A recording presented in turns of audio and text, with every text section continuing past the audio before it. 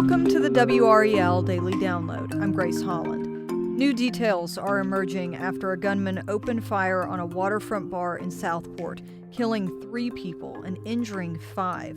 WRAL's Heidi Kirk talked to witnesses who were inside American Fish Company at the time of that shooting. Heidi, thank you for being here. Absolutely. So let's start with the timeline here. This story is one we've been following for several days since it happened. So what do investigators know about the series of events?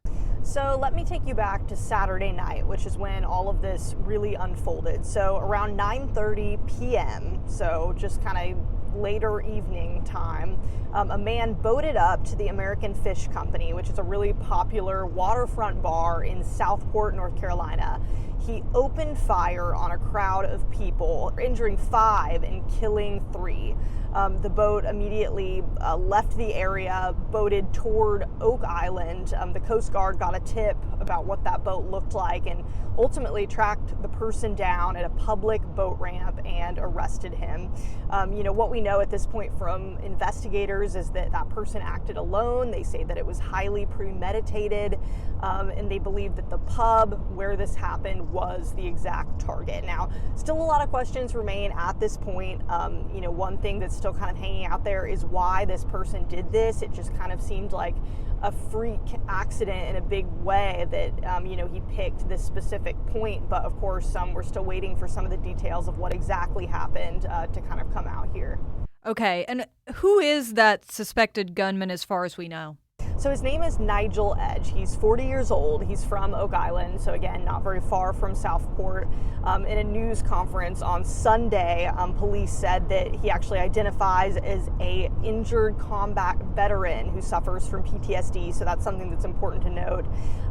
He's right now being held in the Brunswick County Detention Center with no bond. He's got a court date set for Monday morning, and he's facing a whole lot of charges.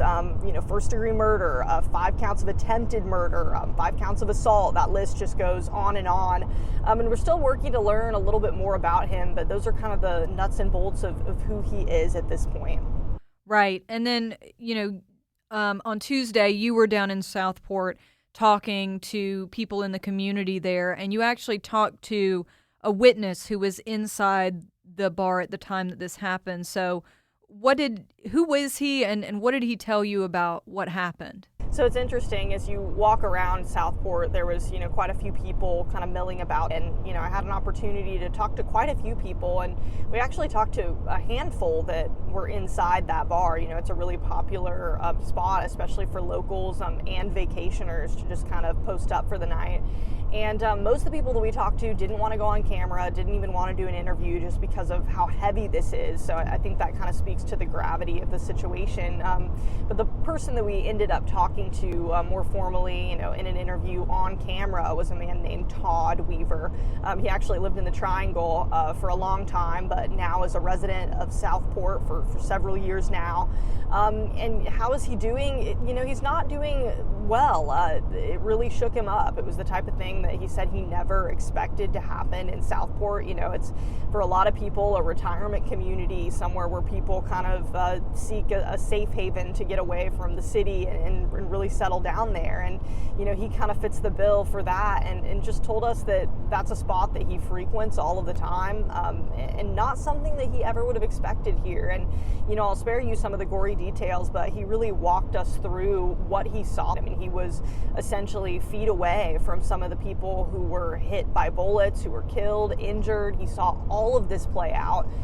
Ultimately ran outside of the bar when he heard those gunshots ring out, and then went back in and had a clear view of Mr. Edge on that boat, and actually gave the Coast Guard a tip and let them know that he'd seen that boat. He knew what had happened, and ultimately he told us that he believes his tip kind of helped them track him down.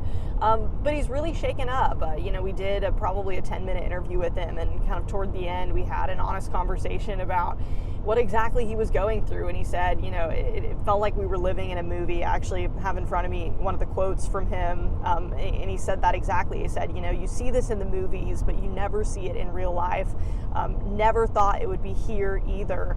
And then this really sticks with me. He said, the screaming and the yelling just doesn't go away. So this is certainly something that is going to stick with him and pretty much anyone inside that bar, even beyond that. The people who live in Southport, they're not going to be able to get over this easily. We're only several days removed at this point, and so, obviously these wounds are very fresh. Yeah, well, we'll be thinking of him and everyone who's been affected by this. Let's take a quick break right there, and we'll be right back.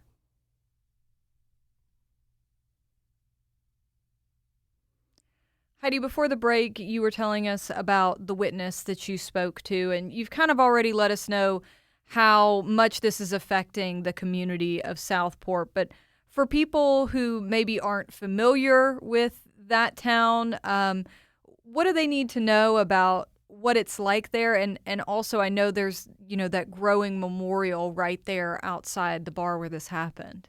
Absolutely. So, first of all, I'll say that this was my first time in Southport, but one of the reasons that it's kind of well known to people in North Carolina and then beyond that is there's a movie that was filmed there, a Nicholas Sparks movie actually called Safe Haven. And so it kind of in that movie is captured as kind of this idyllic little community along the coast.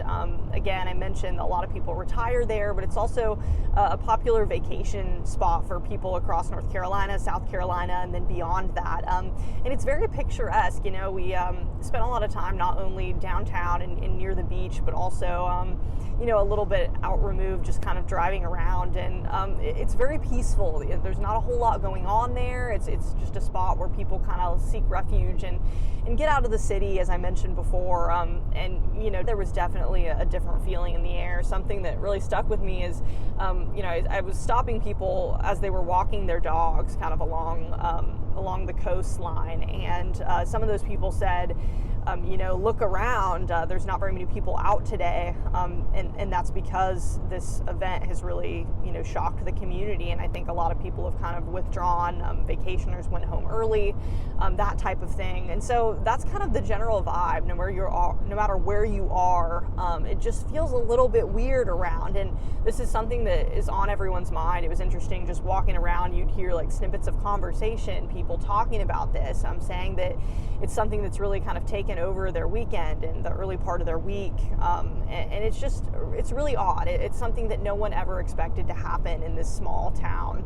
The spot where this happened, again, American Fish Company, that bar is closed, and even though early in the week you might think that these small beach towns might be a little bit quieter, but multiple people said different restaurants in town were actually closed because of this shooting. So that kind of contributed to that eerie feeling. The company posted this statement on their Facebook. They said, "Our prayers are with the victims, the families, and everyone affected by this tragedy. American Fish Company and then their sister restaurant Frying Pan will be closed indefinitely as we grieve and seek healing together." So that really speaks to the sentiment that a lot of people are feeling, which is just kind of a little bit withdrawn from this and feeling like they need a little bit of a break because this is so heavy. And you mentioned that memorial. That was kind of the area where we were camped out most of the day on Tuesday, just kind of watching different people walk up, bring flowers. It was interesting to see kind of the different tokens that people from across town were bringing. There were all sorts of things, not only bouquets of flowers, but also photographs, American flags. There was a woman who brought a little pinwheel that was kind of spinning in the wind. And it was really interesting to see people's reactions because, you have people who just kind of quietly walk up from a distance and look on and look at the memorial and look at the bar. And then you had people that would bring something and crouch down and take photos and even have, fairly emotional reactions. So to sum up that answer, it feels eerie in Southport right now, but there is a sentiment with everyone that I talked to that, Southport will come back from this. There was, a sign that I noticed right when I walked up to the memorial that said, Southport strong. And I think that's kind of the overarching message for a lot of people that they want to get out there is, this is obviously a terrible tragedy, but they want to come back from this. They want to continue to be the vibrant community that they've always been, and that is the hope that they can get back to that. On that same note, the community, of course, having to grieve this, but the law enforcement who are investigating this, I would imagine it's very heavy for them as well. And I know you talked to the Southport police chief, and I could tell in the interview that we aired on Tuesday evening that, it was weighing on him a lot. What did he tell you in his conversation about how he and his officers are handling this investigation? Yeah, well, I'll tell you a little bit of a personal story to put this into perspective. I used to live in kind of a smaller beach town, and I had a really good relationship with law enforcement there. I interviewed them a lot for my previous news station, and this type of thing just doesn't often happen in these smaller beach towns. Law enforcement, whether it was where my last station was or, in Southport, they're just not used to this sort of national media attention. And so the Southport police chief, Todd Coring, said it very frankly. Right when I walked up to him and asked him for an interview, he said, we're really not used to this. And from a media perspective, it's really interesting as a journalist to kind of understand and have those types of conversations. But then, as just a community member, I think it's really interesting because it's so true. These police chiefs in smaller beach communities, they don't deal with this type of thing. Maybe every so often they have petty crime or even a little bit more than that, but this is something that is so unprecedented. And so, he's definitely, I would say, struggling with how to manage this as a public official, but then obviously a person as well. And, I'll mention that he's a native of the area. He grew up there. He has so many connections. So, he knows the people that were working in that bar that night. He, knows the community so well. It was interesting to watch him kind of mulling around, having conversations with people just visiting the memorial. It was really interesting. And he said, it was really weird to see my face on national TV, and I hate that it is for this reason.